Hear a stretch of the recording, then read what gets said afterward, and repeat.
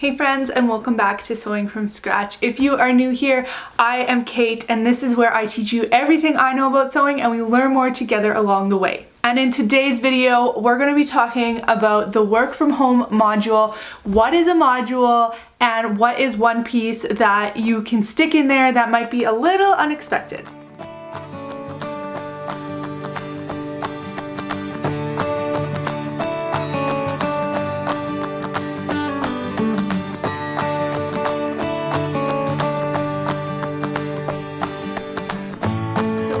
Get into this video, I did want to just talk about Shelf Sewing September quickly. We're into our second prize now, so make sure you're joining in on the fun on Instagram. Of course, you can find all the links of what the heck I'm talking about in the description box below this video. Alright, so I big time apologize for the lighting. I'm in my bedroom today. We're not going to get into it. The lighting is not great, so I apologize for that. I hope it is not too distracting. So I have teamed up with Whitney from TomKat Stitchery. She is another YouTuber, sewing YouTuber here on YouTube.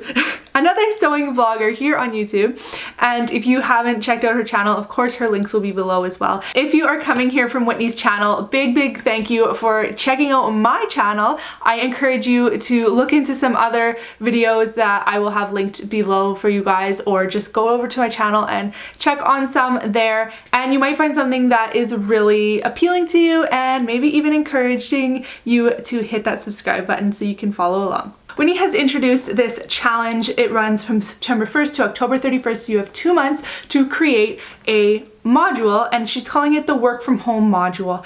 And this can be for whatever season you're in. I know she is focusing on a fall wardrobe for herself. She has 4 distinct seasons where she lives, just like I do here in Saskatchewan, Canada.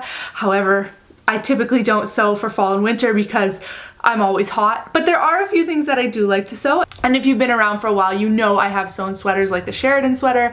And if you watched my plans video for Shelf Sewing September, you know I have some fall winter stuff coming up as well. So you know when the challenge runs for, but what is it? Whitney cites a stylist, fashion stylist on YouTube who talks about modules, and it is 6 garments. So 1 topper, which can be, you know, a jacket, a cardigan, a cape, a scarf, anything that can be a layering piece on top. 2 bottoms, so skirts, pants, shorts if you're in the southern hemisphere, and then 3 tops. So of course any sort of top, from a cami to a sweater.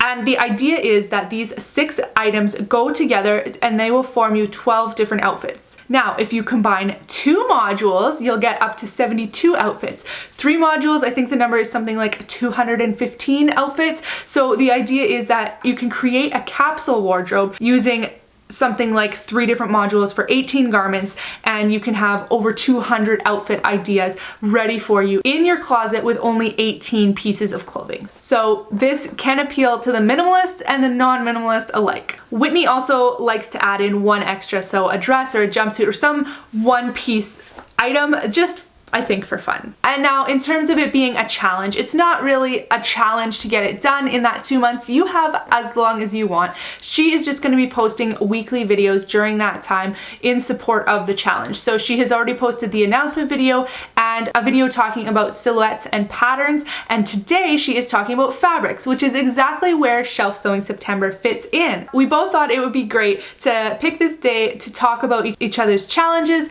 and she's going to be talking about Shelf Sewing September over on her channel. Go check that out, see what she's up to with her fabrics. And if you don't know what Shelf Sewing September is, of course I'll leave a video below, but basically we're using what we have on hand to reduce our environmental footprint, sew with intention, and learn new skills. Now, let's get into that last little bit about learning new skills. So if you watched my video yesterday about couture sewing, you know that I've been wanting to try some more slow sewing techniques and intentional sewing again, and couture techniques.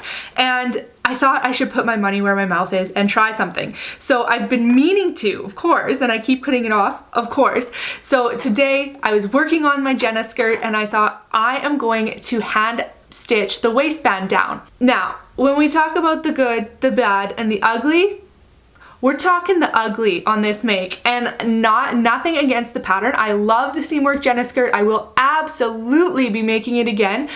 There's just some things that I did personally that I am shook about. So, first mistake was not mistake, but I chose to hand stitch the waistband down. So I did. And I think it went pretty well. I typically don't love the look of waistbands that are top stitched down because I don't know, I just, if it bothers me if I like mess up or something. So what I did was I hand stitched the inner waistband down. I love the clean look inside the Jenna skirt where the raw seams are hidden.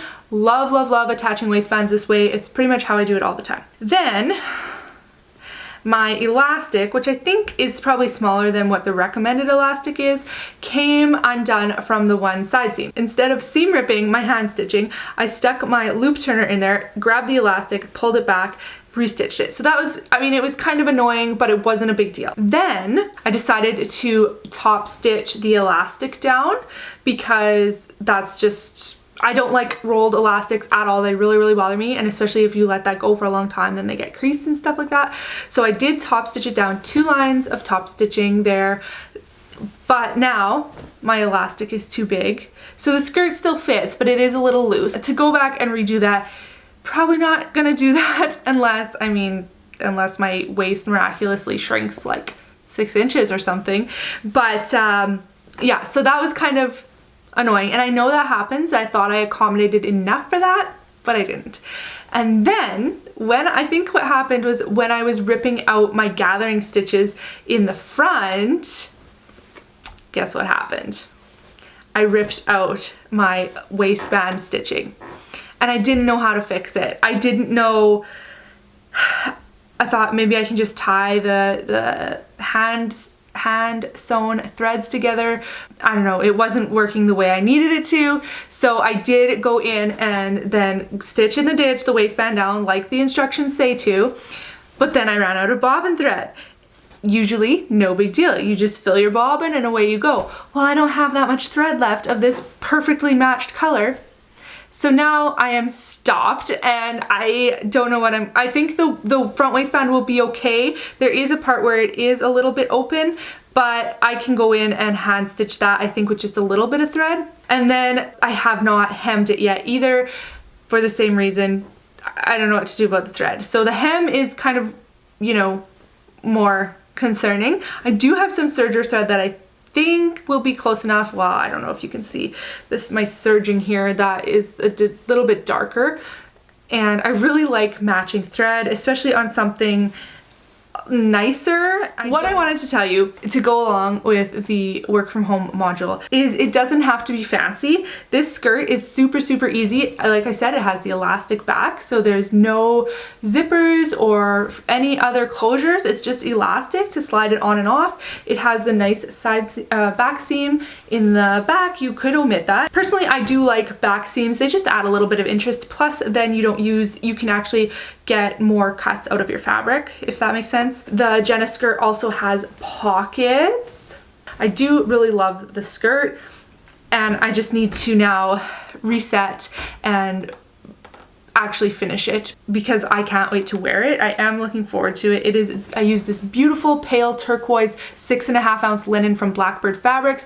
I will say about this linen, it frays like a you know what, and it's probably the most fraying material I really work with on a regular basis, which is fine. It's fine. You just have to plan for that in your sewing, and the Seamwork instructions are really good at telling you when and where to finish your seams. You could use a couture seam finishing here too, because it is a 5/8 seam allowance. The only adjustment or modification that I made to the pattern itself was to add about 2 inches to the center back.